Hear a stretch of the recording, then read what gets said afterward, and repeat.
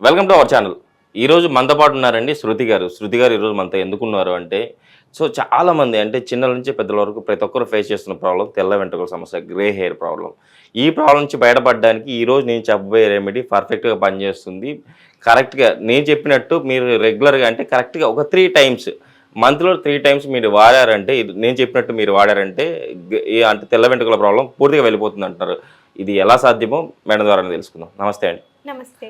Madam, తెల్ల వెంట్రుకల సమస్య అంటే మనకు లేవనుకోండి, ఉన్న వాళ్ళ విషయం అంటే చాలామంది బాధపడుతుంటారు. అంటే స్కూల్ పిల్లలైతే స్కూల్‌కి వెళ్ళాలంటే స్కూల్‌లో అక్కడ ఇన్సల్ట్ అంటే పక్క పిల్లలు మాట్లాడడం, వాళ్ళ మాటలతో ఇబ్బంది పడి ఇంటికొచ్చి వాళ్ళు స్ట్రెస్ ఫీల్ అయ్యి, ఇంట్లో వాళ్ళతో చెప్పుకోలేక బాధలు ఇలా ఫీల్ అవుతుంటారు. అలాంటి వారికి చక్కటి రెమెడీ ఉంది.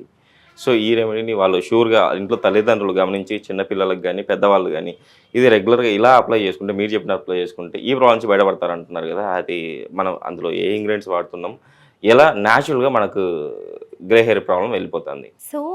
చాలా వరకి చిన్న పిల్లల నుంచి పెద్దవాళ్ళ వరకు చూసుకుంటున్నట్టయితే తెల్ల వెంట్రుకలు, యెస్. చాలా వరకి తెల్ల వెంట్రుకల సమస్య ఈ మధ్య కాలంలో ఎక్కువైపోతుంది. అండ్ కొంతమంది దాన్ని టేక్ ఇట్ ఈజీగా తీసుకొని లైక్ ట్రెండ్ సెట్ చేద్దాము, వైట్ హెయిర్ ఒక ట్రెండ్ లాగా కొంతమంది ఫీల్ అయితే, కొంతమందిలో ఏంటంటే షైగా ఫీల్ అవుతూ ఉంటారు.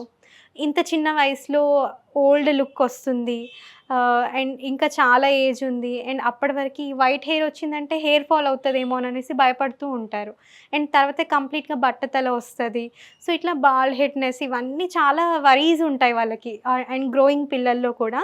అండ్ పెద్దవాళ్ళల్లో ఏంటంటే ఏజ్ రిలేటెడ్గా వచ్చేవి కామన్ ఉంటుంది. ఓకే. బట్ చిన్న పిల్లల్లో ఆల్మోస్ట్ ఒక 5 years నుంచి అండ్ 35 years మధ్యల వరకు ఏంటి అంటే ప్రిమెచ్యూర్ గ్రేయింగ్ ఆఫ్ హెయిర్ అని అంటారు. ఓకే. అంటే వయసుకి మించిన హెయిర్ అనేది వైట్ అయిపోవడం, గ్రేయిష్ కలర్ అవ్వడం, వైట్ అవ్వడం ఇట్లా జరుగుతూ ఉంటుంది.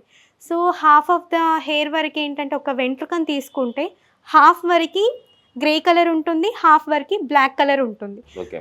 ఇట్లా చాలా రకాల సమస్యలు ఒక్కొక్కరికి ఒక్కొక్క విధంగా ఈ premature greying of hair and అలాగే వైటనింగ్ ఆఫ్ హెయిర్ అనేది రావడం జరుగుతుంది. ఇది ఏంటంటే మేల్లో ఫీమేల్లో కూడా ఈక్వల్గా ఉండడం అనేది జరుగుతుంది. ఎందుకు అట్లా వస్తుంది అని అంటే, ఒకటి జెనెటిక్ టెండెన్సీ, అంటే వంశపారపర్యంగా ఏదైనా ఉందా అలాంటి సమస్య.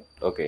నెక్స్ట్ వచ్చేసి వాళ్ళు తీసుకునే ఆహార పదార్థాలు, అంటే వాళ్ళు తీసుకునే ఫుడ్ మెటీరియల్స్లలో మినరల్స్, వైటమిన్స్, యాంటీ ఆక్సిడెంట్స్ ఏవైనా డెఫిషియెంట్గా ఉన్నాయా.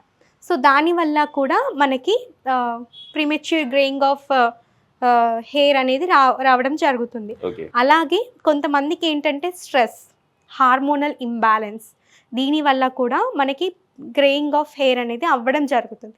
అండ్ ఇంకొకటి మేజర్గా చూసుకున్నట్టయితే థైరాయిడ్ పర్సన్స్లో కూడా చాలా వరకు గ్రేయింగ్ ఆఫ్ హెయిర్ అనేది చూస్తాం. అండ్ ఇంక ఇవన్నీ కాదు, అన్నీ నాకు ఏవీ లేవు, సూపర్ హెల్దీ, అన్నీ నార్మల్గానే ఉంటాయి, ఏ టెస్ట్ అయినా చేయించండి అన్న వాళ్ళకి కూడా గ్రేయింగ్ ఆఫ్ హెయిర్ అనేది ఉంటుంది. ఎందుకు అనంటే వాళ్ళకి ఎన్విరాన్మెంటల్ పొల్యూషన్. మేడం, ఇప్పుడు మనం ఈ రెమెడీలో ఇప్పుడు మనం మీరు చెప్తున్న రెమెడీ పూర్తిగా గ్రే హెయిర్‌ని బ్లాక్ హెయిర్‌గా కన్వర్ట్ చేస్తుందా?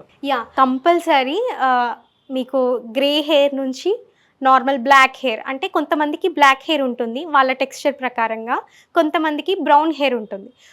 వాళ్ళది ఏదైతే హెయిర్ టెక్స్చర్ ఉంటుందో ఆ కలర్కి కన్వర్ట్ అవ్వడానికి 200% గ్యారంటీగా మీకు కలర్ చేంజ్ అవ్వడం అనేది జరుగుతుంది. అండ్ ఇదేంటంటే ఒక క్రమ పద్ధతిలో వాడాలి. ఓకేనా. అండ్ దీంతో పాటుగా మనం హెయిర్ హెల్తీనెస్ని కూడా చూసుకుంటూ రావాలి. అలా చేస్తూ వస్తే మీకు గ్యారంటీడ్ రిజల్ట్స్ అనేది వస్తుంది. మేడం, అంటే దీంతో పాటు అంటే మనం ఇప్పుడు హెయిర్కి అప్లై చేస్తున్నాం కదా దీన్ని.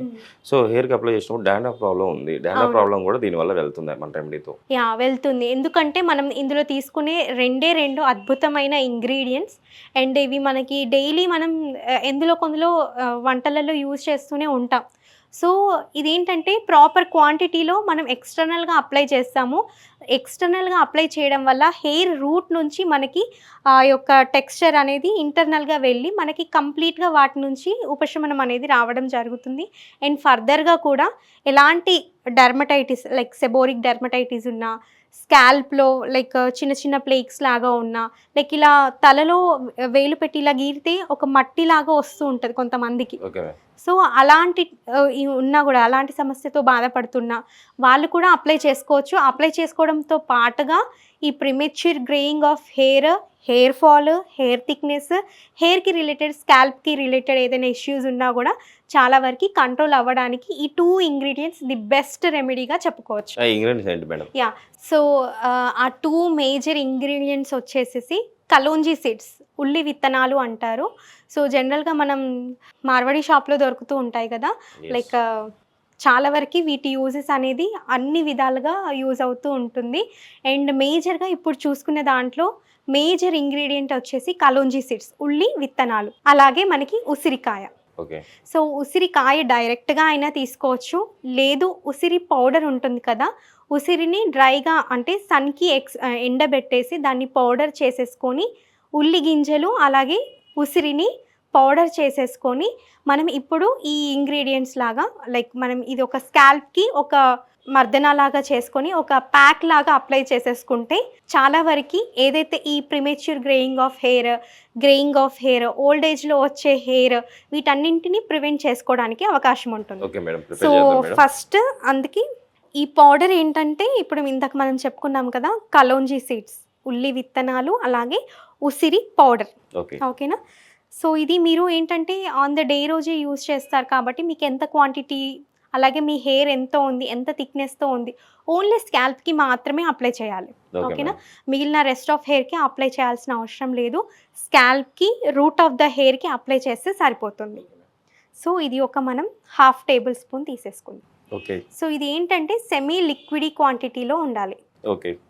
మైల్డ్ పేస్ట్ లాగా. ఓకేనా? ఒక 1/2 టేబుల్ స్పూన్ మనం పౌడర్ తీసుకున్నాము, అలాగే ఒక full table spoon of oil. A oil madam? Coconut, virgin coconut oil ఉంటుంది కదా. yes. సో దీన్ని బాగా మిక్స్ చేసుకోవాలి. ఇది సర్క్యులర్గా మిక్స్ చేసుకుంటే సరిపోతుంది. Okay ma'am. కలర్ కూడా యాక్చువల్లీ మనము బయట కెమికల్ అంటే మన హెయిర్ కలర్ చేంజ్ అవ్వడం, హెయిర్ డైస్ యూస్ చేస్తూ ఉంటారు కదా చాలా వరకు బయట. సో వాళ్ళ కలర్ టెక్స్చర్ చూస్తే కూడా ఇదే విధంగా ఉంటుంది.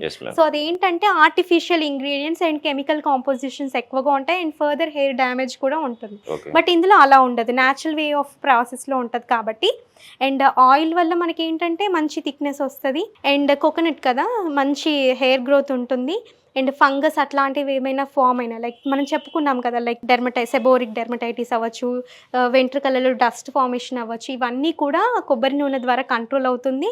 అదేవిధంగా ఉసిరి వల్ల ఏంటంటే హెయిర్ అనేది స్ట్రెంగ్త్ ఉండి స్ట్రాంగ్ అయిపోయి షైనీ అవుతుంది. కొంతమందికి ఏంటంటే హెయిర్ ఎంత ఉన్నా, గ్రే హెయిర్ ఉన్నా కూడా డల్ లుకింగ్ ఉంటుంది, వాళ్ళకి నిర్జీవంగా ఉండడం అనేది జరుగుతుంది. ఈ ఉసిరి వల్ల ఏంటంటే ఆ హెయిర్ అనేది షైనీ టెక్స్చర్కి రావడం అనేది జరుగుతుంది. అండ్ కలోంజీ సీడ్స్ వల్ల హెయిర్ అనేది బ్లాక్గా కన్వర్ట్ అవ్వడానికి చాలా వరకు అవకాశం ఉంది. సో ఇది ఏంటంటే ఆల్మోస్ట్ ఒక 100 పీపుల్లో ప్రూవ్ చేసిన తర్వాతనే మనం ఫర్దర్గా ఇది డిస్ప్లే చేయడం అనేది జరుగుతుంది. ఇలా కంప్లీట్గా ఇలాంటి టెక్స్చర్కి రావాలి, మరీ థిక్గా ప్యూర్ పేస్ట్ లాగా కన్వర్ట్ చేసుకోవద్దు. ఇలా ఉంటే ఏంటంటే దీనిలో ఉండే ఏవైతే మంచి ఔషధ గుణాలు ఉంటాయో మన హెయిర్కి అప్లై అనేది వెళ్ళడం అనేది జరుగుతుంది. And premature greying of hair అంటే రూట్స్ నుంచి మొదలవుతూ ఉంటుంది. ఇప్పుడు మనం ఏది తీసుకున్నా కూడా రూట్స్లోనే అప్లై చేయాలి. లేదు నేను రూట్స్కి అప్లై చేయను, నాకు పైన హెయిర్ ఉంది కదా, అక్కడే వైట్ హెయిర్ వస్తుంది కదా, నేను జస్ట్ పైనకి ఒక పూతలాగా అప్లై చేస్తాను అని అంటే అది అలా ఉండదు. ఆ హెయిర్ అనేది షట్ డౌన్ అవుతూ ఉంటది. సో మన అంటే స్కాల్ప్ నుంచి గ్రే హెయిర్ చేంజ్ అయ్యి మళ్ళీ బ్లాక్ గా కన్వర్ట్ అయ్యి వస్తుంది. రూట్ నుంచి రావాలి. ఏదైనా కూడా చెట్టు మొదలు అంటారు కదా, విత్తనం నుండి అంటారు. అలాగే మన స్కాల్ప్ లో ఒక భూమి లాగా తీసుకుంటే మన హెయిర్ ఫాలికిల్ అనేది ఉండే ఒక ఫాలిక్యులర్ హోల్ నుంచి రావాలి. సో కాబట్టి మనం ఈ అప్లికేషన్ కూడా మనం ఒక నార్మల్గా తీసేసుకొని ఒక పాయలాగా తీసేసుకొని రూట్స్ నుంచి మనం అప్లై చేసేసి మర్దన చేయాలి. జస్ట్ ఇలా ట్యాప్ చేస్తూ సర్క్యులర్గా మోషన్లో ట్యాప్ చేస్తే సరిపోతుంది, మరీ ప్రెషర్ పెట్టి రుద్దొద్దు. ఓకేనా? సో దీనివల్ల premature greying of hair thickness కానివ్వండి, హెయిర్ కలర్ చేంజ్ అవ్వడము అండ్ హెయిర్ షైనీ అవ్వడం ఇవన్నీ కూడా మనకి కంట్రోల్లో ఉండడం జరుగుతుంది. సో ఇప్పుడు నేను చెప్పినట్టుగా ఇలా చేసుకున్నాక మనం ఈ ఫింగర్ టిప్స్ ఉంటాయి కదా, ఈ ఫింగర్ టిప్స్ నుంచి తీసేసుకొని మనకి ఏదైతే హెయిర్ కుదుళ్ళు ఉంటాయి కదా, ఆ కుదుళ్ళ దగ్గర మనం అప్లై చేస్తూ రావాలి. ఓకే టువర్డ్స్ అప్వర్డ్ మోషన్లో వెళ్ళాలి, డౌన్వర్డ్ మోషన్లో రావద్దు. Okay ma'am. ఇలా జనరల్గా మనకి ఇది హెయిర్ ఫాలికల్ అనుకోండి, నా తమ్ముని ఓకే ఇది మనకి స్కాల్ప్ అనుకుంటే మనం జస్ట్ ఇలా అప్లై చేస్తూ బ్యాక్వర్డ్ మోషన్లో వెళ్ళాలి. ఓకే ఓకేనా, ఇలా ఫ్రంట్కి ఇలా రుద్దుకుంటూ రావద్దు. ఓకేనా, ఇలా చేస్తూ మర్దన లాగా ఇలా చేస్తే మీకు హెయిర్ గ్రోత్ అనేది and hair growing like premature growing of hair అనేది తగ్గుతుంది. అలాగే వైట్ హెయిర్ కానివ్వండి, కలర్ చేంజెస్ ఇవన్నీ కూడా కంట్రోల్ అవ్వడం అనేది జరుగుతుంది. చూసారు కదండి, ఇవి మన ఇంట్లో దొరికే న్యాచురల్ అండి. న్యాచురల్ అంటే న్యాచురల్, మన ఇంట్లో దొరికే ఉల్లి విత్తనాలు అండ్ ఉసిరి పొడి. సో వీటిని మనం రెగ్యులర్గా మీరు అంటే మేడం చెప్పారు కదా, తీసుకొని మీరు అప్లై చేసుకుంటే స్కాల్ప్లో అప్లై చేసుకుంటే మీ గ్రే హెయిర్ ప్రాబ్లం నుంచి అయితే బయటపడతారని చెప్పేసి అంటున్నారు. మేడం ఇంత మంచి రెమెడీ చెప్పినందుకు మా తరపు నుంచి అండ్ మా ప్రేక్షకుల తరపు నుంచి థ్యాంక్ యూ అండి. ఓకే.